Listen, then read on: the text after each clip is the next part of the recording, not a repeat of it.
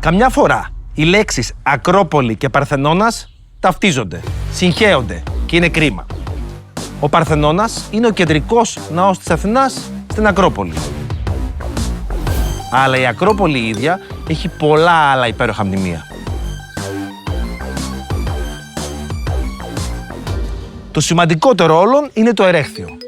Το πιο ιερό κτίριο σε όλη την Ακρόπολη είναι μοναδικό γιατί πέρα από το ότι φιλοξενούσε πολλαπλές λατρείες, έχει και το χαρακτηριστικό κάθε πλευρά του να είναι τελείως διαφορετική από όλες τις άλλες. Άλλη εδώ, άλλη εδώ, άλλη εδώ, άλλη εδώ. Για το Ερέχθιο όμως έχουν υποθεί πολλά. Εγώ θέλω να σας πάω σε εκείνο εκεί το κτίριο. Φαίνεται? Δεν φαίνεται, γιατί καταστράφηκε. Αλλά ευτυχώς, πάλι χάρη στην τεχνολογία και την εφαρμογή Κοσμοτέ Κρόνος, το κτίριο αυτό ζωντανεύει μπροστά μας. Ανοίγω την εφαρμογή που διατίθεται δωρεάν, σκανάρω την πινακίδα όπως μου ζητάει και τζουπ, αυτό που εμφανίζεται μπροστά μας είναι το Βραβρώνιο, το ιερό της θεάς Αρτέμιδας.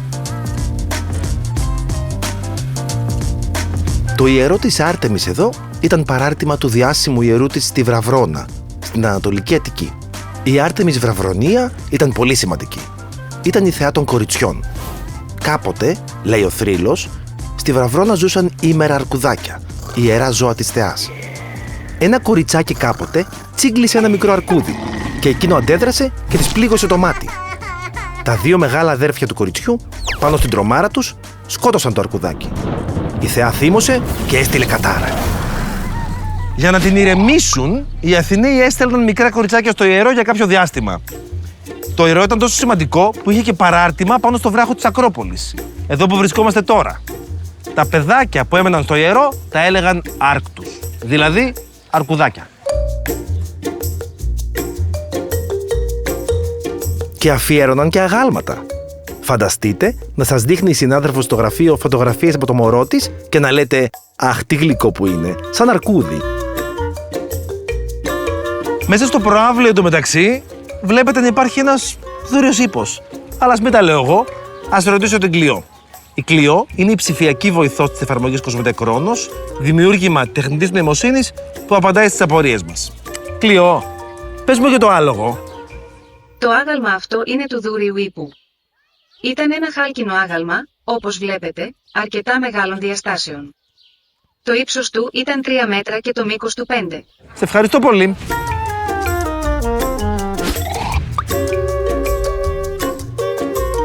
Βλέπετε αυτή την περιοχή εδώ πέρα που δεν έχει τίποτα? Τώρα δεν έχει τίποτα. Το 5ο αιώνα π.Χ. είχε ένα πολύ σημαντικό κτίριο, τη Χαλκοθήκη. Δεν ήταν θρησκευτικό κτίριο, ήταν αυτό που λέει το όνομά του. Αποθήκη για χάλκινα αντικείμενα.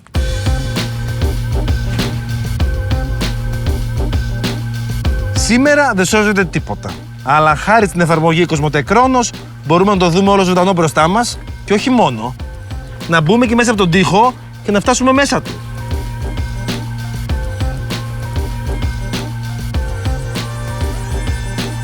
Εδώ, οι Αθηναίοι φύλαγαν χάλκινα όπλα και άλλα αντικείμενα.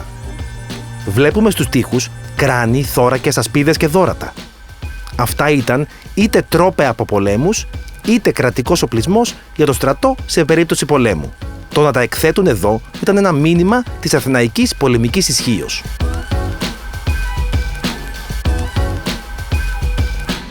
Πάμε όμως λίγο να δείτε κάτι άλλο.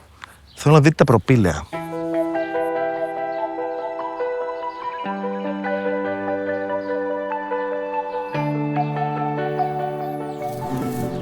Περνώντας από τα προπήλαια, κοιτάξτε πάνω.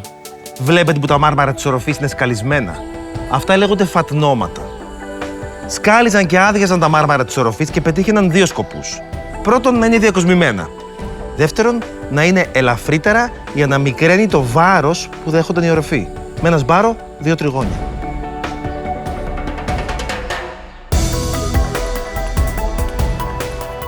Τα προπήλαια ανακατασκευάστηκαν τον 5ο αιώνα π.Χ. Ανακαινίστηκε όλος ο βράχος. Χτίστηκε κοντζάμ Παρθενώνας. Τα προπήλαια έτσι θα έμεναν? Από εδώ περνούσε η επίσημη πομπή των Παναθηναίων. Μπορεί να έρχονταν επίσημοι προσκεκλημένοι του κράτους.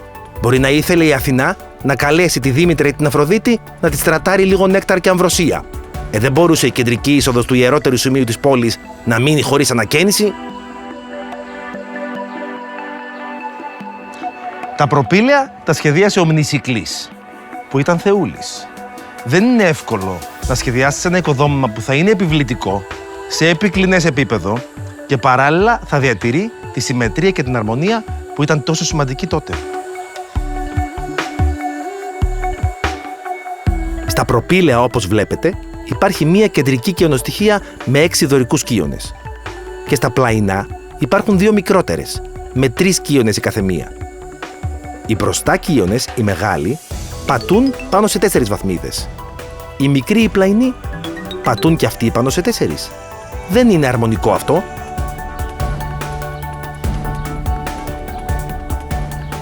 Αφού οι πλαϊνοί κύονες είναι μικρότεροι, θα έπρεπε να πατούν σε λιγότερες βαθμίδες. Αλλά δεν μπορείς να εξαφανίσεις μια βαθμίδα.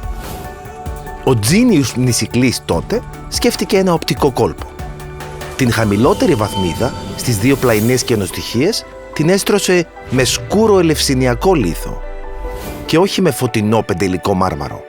Έτσι το μάτι ξεγελιέται και φαίνεται λες και οι πλευρές αυτές όντως πατούν σε 3 βαθμίδες μόνο. Καμία βαθμίδα δεν χάθηκε και η αρμονία και η συμμετρία σώθηκαν στο βλέμμα μας.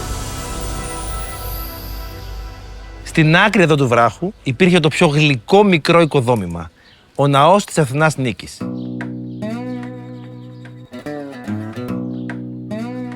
Δεν είναι τυχαίο που είναι εδώ. Είναι πάνω σε προμαχώνα. Αν η Αθήνα δεχόταν επίθεση, η Ακρόπολη ήταν το ίστατο σημείο άμυνας της πόλης.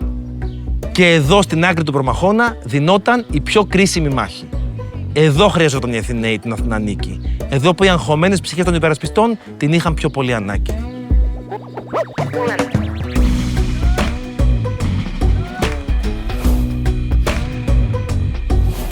Το τελευταίο κτίριο που θέλω να σας δείξω είναι ένα μνημείο που έχει ένα ένοχο μυστικό.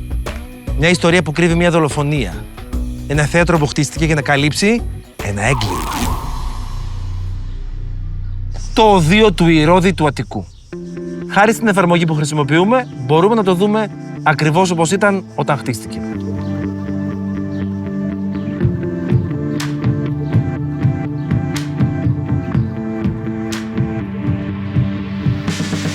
Το οδείο χτίστηκε στα ρωμαϊκά χρόνια. Ο Ηρώδης ο Αττικός ήταν ένας πολύ πλούσιος Αθηναίος που τα πήγαινε πολύ καλά με τους Ρωμαίους. Λένε πως η οικογένειά του ήταν ζάμπλουτη, επειδή ο πατέρας του είχε ένα σπίτι κάπου στα νότια της Ακρόπολης, κάτω από το οποίο είχε ανακαλύψει ένα κρυμμένο θησαυρό. Κάποια στιγμή, ο Ηρώδης παντρεύτηκε τη Ρήγυλα. Σε ένα καυγά τους επάνω, η Ρήγυλα 8 μηνών έγκυος, ο Ηρώδης διέταξε έναν σκλάβο να την κλωτσίσει. Ως αποτέλεσμα, πέθανε και αυτή και το παιδί.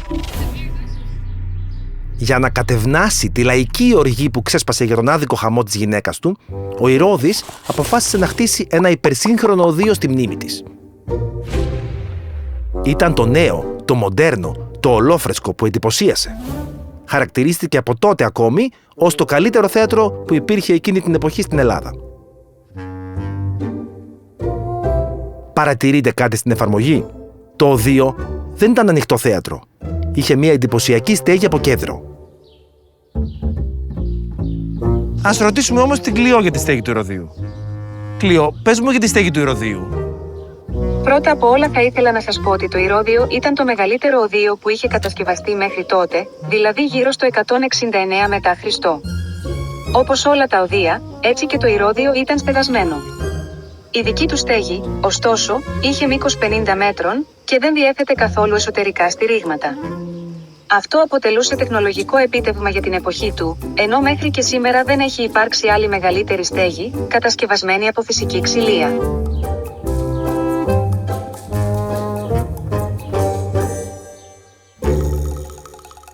Η εντυπωσιακή αυτή στέγη καταστράφηκε και το Ηρώδειο κάηκε. Οι επόμενες γενιές ξέχασαν τη χρήση τους. Το έλεγαν ανάκτορο του Λεωνίδα, διδασκαλείο του Αριστοτέλη, οτιδήποτε κινούσε τη φαντασία του.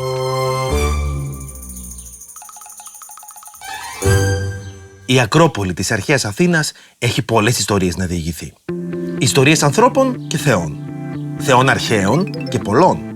Παλιών θεών, νέων θεών, η αρχαιότητα είχε έναν πλουραλισμό που μπορούσε να λατρέψει πολλούς θεούς μαζί. Και ενώ οι άνθρωποι ταξίδευαν, γυρνώντας, έφερναν μαζί τους νέους θεούς. Οι αρχαίοι Έλληνες σύντομα λάτρεψαν και θεούς ξενόφερτους, όπως τους Αιγύπτιους. Αυτή τη συγκλονιστική ιστορία όμως θα την ανακαλύψουμε στο επόμενο επεισόδιο.